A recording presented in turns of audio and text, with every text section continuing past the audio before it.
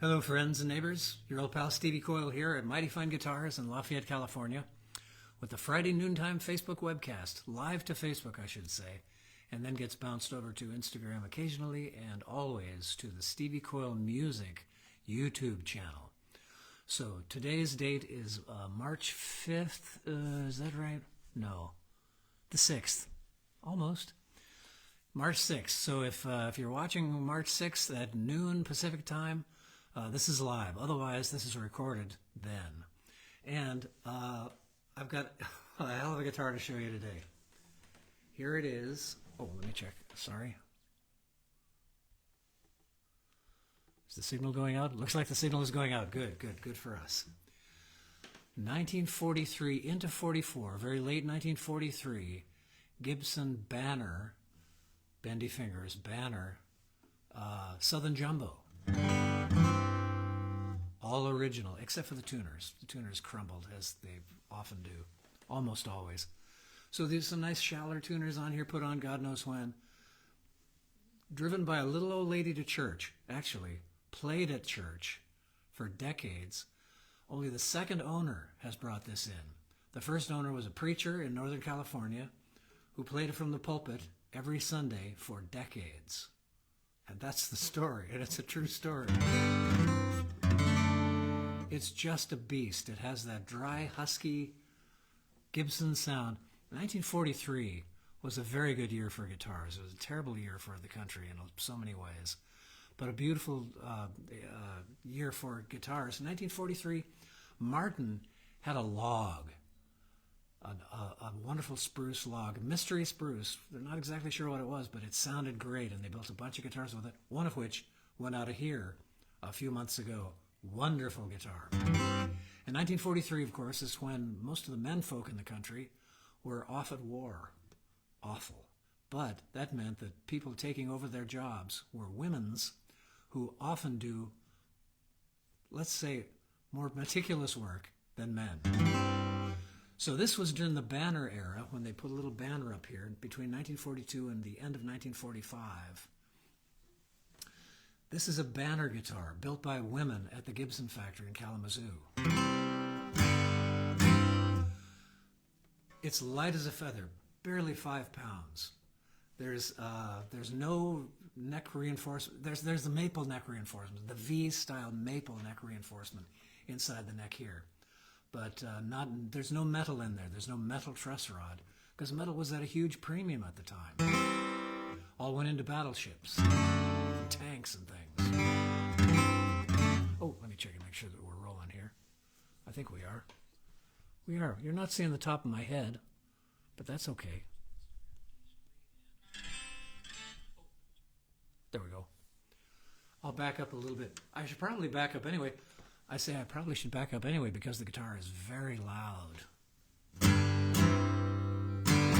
Who we got here? Hi, Stephen Duchovny. Hi, Jim Tigwell. Oh, Jim, you've already won the Faraway Prize. I'm not sure anybody's going to beat Bristol. Not Bristol in the States, the birthplace of country music, but Bristol, UK. You must know that story, Jim.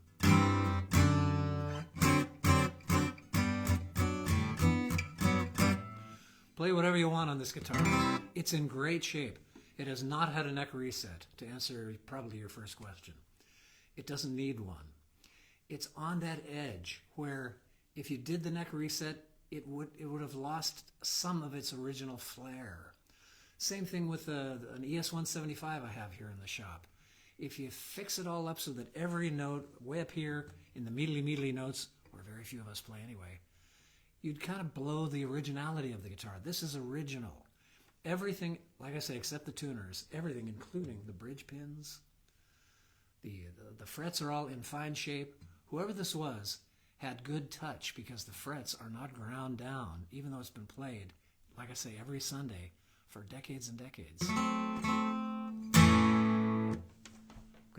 I'm gonna back up.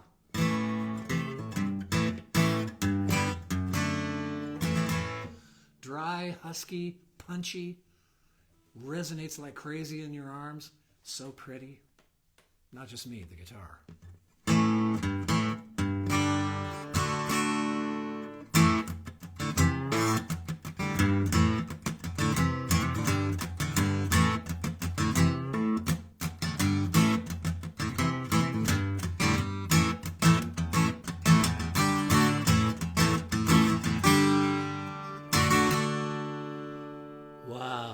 Is the sound okay, Jim and Stephen?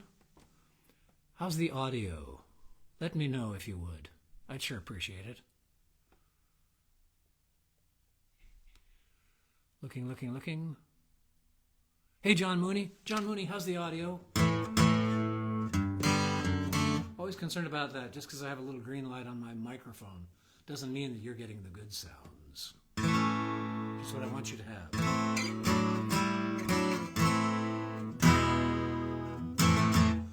What a beast. Played gently in church, but you could rock it anywhere else.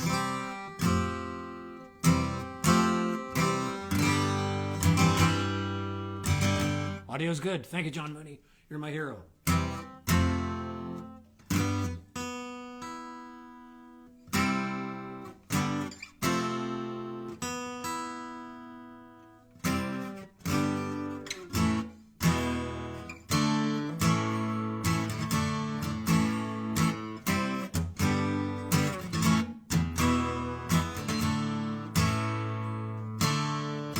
Let me hit it with a tuner a little bit. Just change the strings out on it so the tuning is a little bit froggy.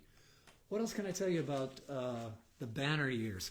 There's a great film. I think you can get it. You can certainly get the trailer to it on YouTube called Kalamazoo Gals, about the women that built guitars during wartime for the Gibson factory in Kalamazoo, Michigan. Saw the preview. Looks really interesting. Got to watch it. And you know what? Those of you tuning in either here or on Dry and Husky, good, as it should. Thank you, John.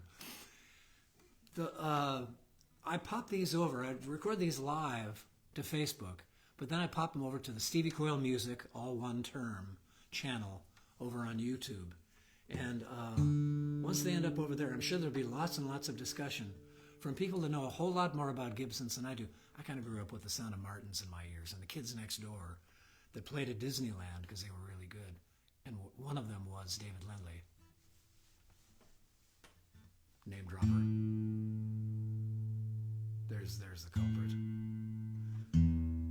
Oh, that low note is rattling my gizzards, even with a bare thumb. Which, by the way, I suggest tuning with a bare thumb instead of a pick. If you hit it with a pick and play kind of hard, you deflect the string, and the tuner will read that first hit where the string is deflected and sharped up. So, Joe Bob says, check it out. Try using a bare thumb for tuning. Thank you. Those of you with perfect pitch, I apologize, because as we know, it's a curse. Especially when you're listening to guitar, which, sorry kids, cannot all be in tune all over the guitar all at the same time.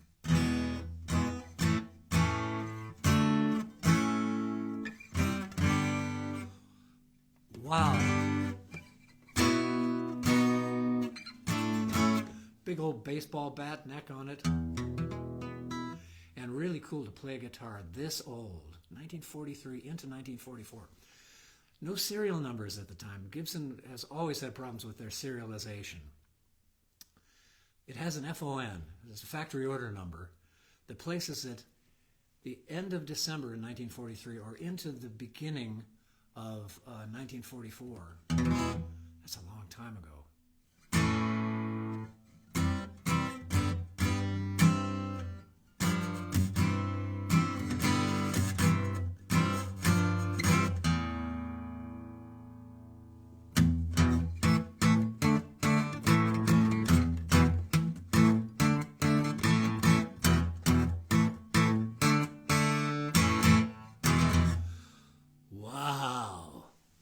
Let me see who else here. Hi, Annie Wilson.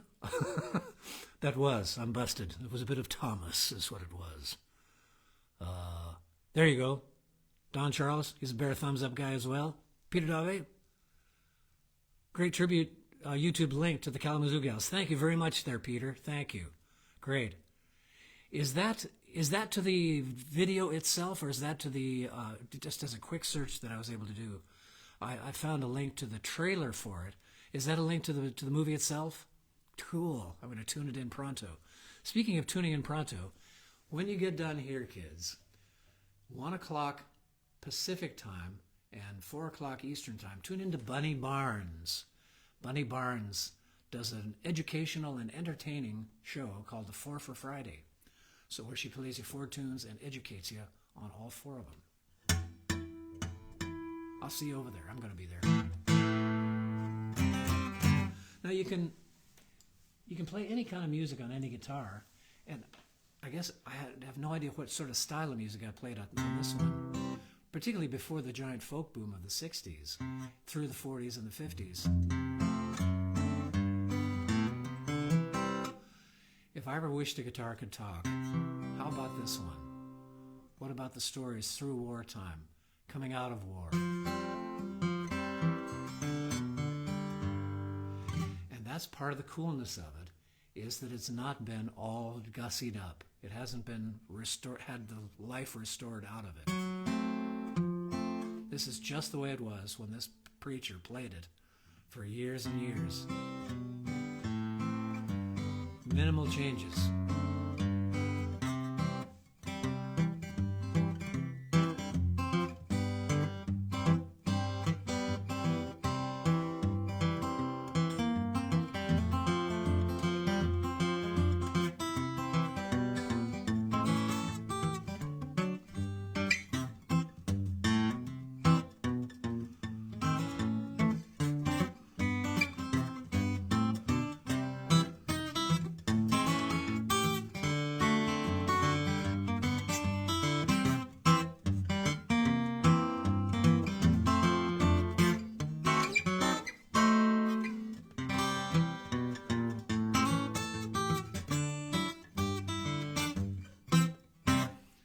Seems unlikely, though, that Keep On Truckin' was played in church.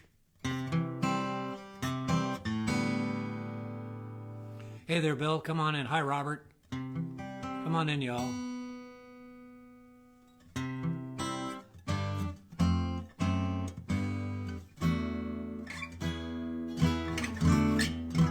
Those are awful fun,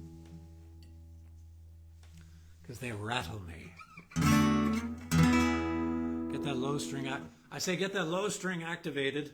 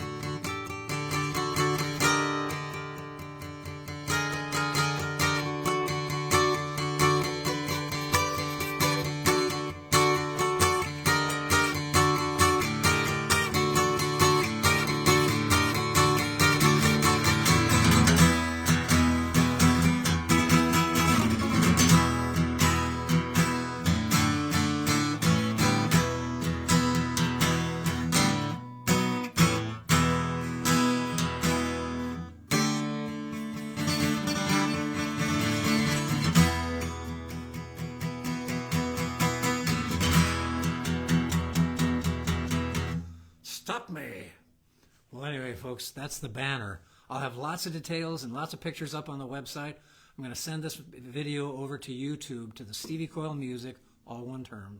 Crunch it all together. And you'll find lots and lots of demos like this. Demonstrations, not demolitions, we hope. And I have no idea what I'll be showing you next week, but this week it's been in 1943. Don't want to hide the banner. 1943 Banner Southern Jumbo. Presumably, this is kind of the follow-up on the J55. Is that correct? I'm going to check my notes.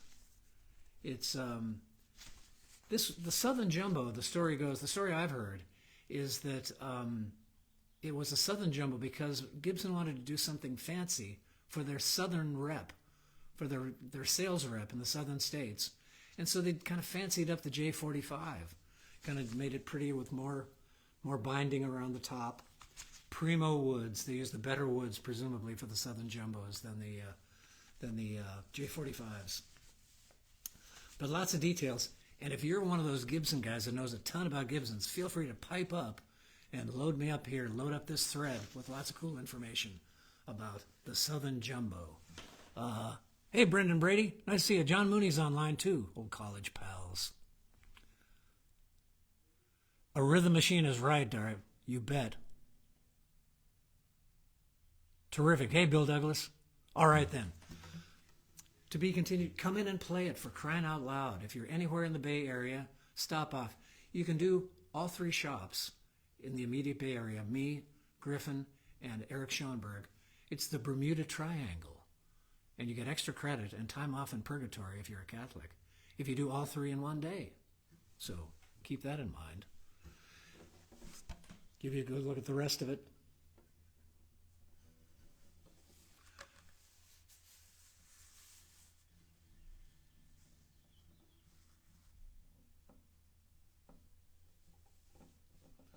As far as we know, all original except for the tuners.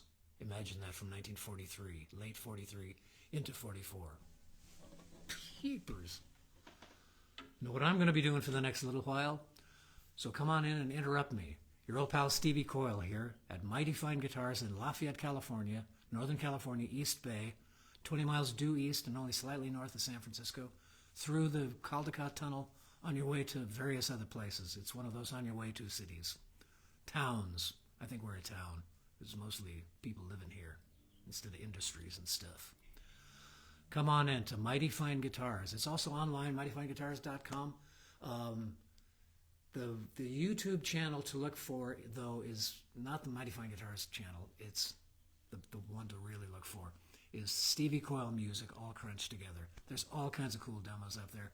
If there's anything you see online that you would like me to do a demo like this with you personally with, just let me know. We can work it out. It's easy peasy. If there's a guitar you would like to order, I'll send it off to you. If you love it, I'll cash the check you would have sent me. If you don't, send it on back for just the cost of shipping both ways. That happens a lot in here as well. Great to see you all. Thanks for tuning in. I'll see you over on Bunny Barnes's Facebook channel in just about 40 minutes. I'll see you over there. Ta-ta, y'all. Dee dee dee dee dee dee.